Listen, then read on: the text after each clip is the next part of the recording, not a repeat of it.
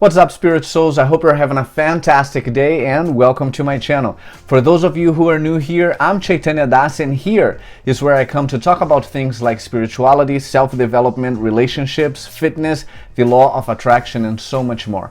But most importantly, I talk about all these things in connection to the supreme intelligence behind the stringent laws of material nature, in connection to the one known in the Vedic scriptures as the Supreme Personality of Godhead, the all-attractive one, Krishna. I sincerely hope you enjoy the content. If you do, please don't forget to hit that like button and subscribe to the channel. It's good karma. Also, if you'd like more information on how you can connect with your inner self so you can live a happier and more fulfilling life, click on the link in the description below. There, you'll find my free report on the 5 powerful reasons you should start meditating today. Now, before I jump right into it, let me roll the intro. 3, 2, 1, let's go.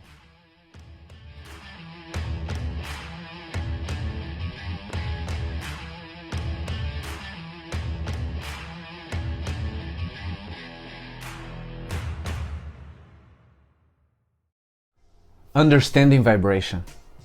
Since I was introduced to Krishna consciousness, and through this philosophy came in contact with the teachings of Lord Chaitanya Mahaprabhu, who is understood to be none other than Krishna himself, absorbed in the mood of his topmost devotee, I've been enthused and somewhat intrigued by his statement regarding the constitutional position of who we really are, living energy beings, part and parcel of the Supreme Whole. In the Sri Chaitanya Charitamrita, Madhya Lila, chapter 20, verses 108 through 111, he says, quote, "It is the living entity's constitutional position to be a servant of Krishna, because he is a marginal energy of Krishna, and a manifestation simultaneously one with and different from the Lord, like a molecular particle of sunshine or fire. Krishna has 3 varieties of energy. Just as the illumination of fire, which is situated in one place, is spread all over, the energies of the Supreme Personality of Godhead, Parabrahman, are spread all over this universe. Lord Krishna naturally has 3 energetic transformations, and these are known as the spiritual potency, the living entity potency, and the illusory potency." End quote. And based on this statement and other scriptural passages and lectures I've heard over the years, I came to the understanding that I'm not only so much more than this material body, but I, as a living entity being, also have an eternal loving relationship with the Supreme Source, Krishna. So recently, as I was meditating on the fact that I am indeed energy, I was reminded of a Nikola Tesla quote who says, quote, "If you want to find the secrets of the universe, think in terms of energy, frequency, and vibration." End quote. So considering that I am energy, it is logical to think that at every moment I must be emitting a frequency and a vibration. I am no scholar, and I'm not sure about what is the knowledge given by Vaishnavacharyas regarding frequency and vibration as it relates to the living entity in the physical body. But it seems to me that frequency can be equated to thought, and vibration can be equated to emotion. In several instances in the Vedic scriptures, we can find instructions that tell us to absorb ourselves in thoughts of the Supreme Absolute Truth and develop feelings and emotion to strengthen our quote-unquote connection and establish a relationship. So when thinking about emotion or vibration, it is also logical to think that emotion is the best indicator of the balance of vibration. Because when I feel really frisky or excited, I notice a lot of quote-unquote positive energy flowing and no resistance. Conversely, when I feel sad or frustrated, I notice the quote-unquote negative energy and the resistance it carries with it. So knowing who I really am, as well as the nature of this material energy or universe, and the Supreme Source, Krishna, it seems that the emotion that I feel at any given moment is really about the frequency or thought I hold regarding the relationship between me and that Supreme Source, who inhabits my heart, which is the center of my attention or consciousness, as the Paramatma or Super Soul. and it doesn't have anything to do with anybody else. It certainly seems like it has to do with others, because when I feel negative emotion, it's virtually always related to a person or people and or a situation. But I'm finding that instead, it is really about me holding an opinion about that person and or situation that is in contrast with what Krishna or Source thinks and knows to be the truth about that same person and or situation. So I realized that the majority of my emotions, those strong, uncomfortable ones, have been about me misunderstanding what the whole thing is all about. I kept thinking it was about others, when in reality it was about me.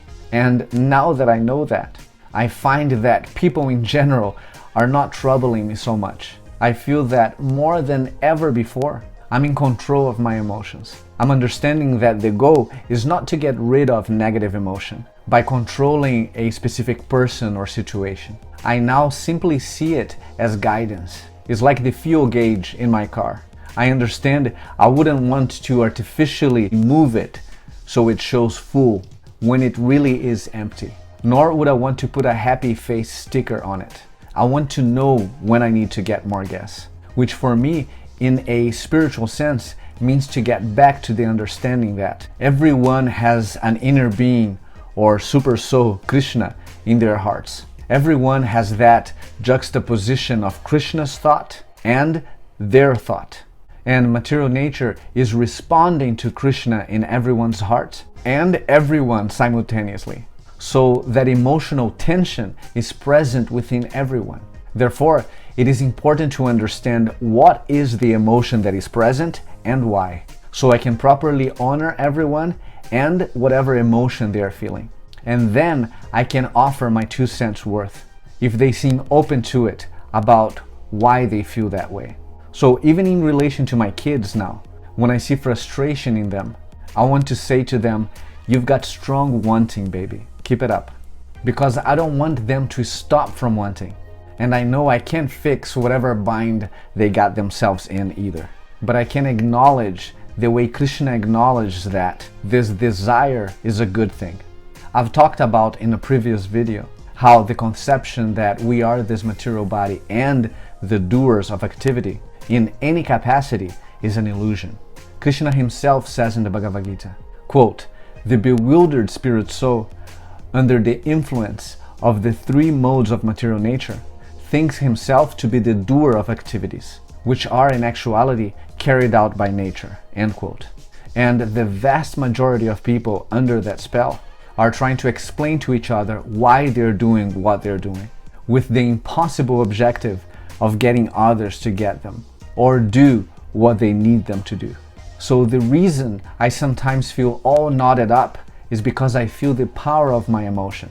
And I know it means something, but I've never been able to explain it to anybody else, because it's my emotion about my stuff. It is not their emotion about their stuff. And every time I try to explain, they just get all confused about what it's all about. So again, I'm realizing I don't have to try so hard to explain anything to nobody, because they most likely are not gonna get it. But instead, now I try to stand strong on my understanding of emotion or vibration. And when I find myself wanting to correct someone's behavior, and they are trying to explain to me why they shouldn't change their behavior, because their behavior is right, I reach for the understanding that Super Soul or Krishna in our hearts has regarding the whole situation. The truth that right here where I stand, whatever I am observing already has strong momentum. And my job in that moment is to focus, is to reach for thoughts and emotions that move me in the direction of what I want, instead of pushing against what I don't want. I like being able to explain to myself that when I feel fear or frustration, I have a desire that is summoning more than what my belief is allowing to flow through. I like knowing that when I feel satisfaction is because I have a desire that has no resistance. And in that moment, I'm flowing in the direction of my desire, and all is well.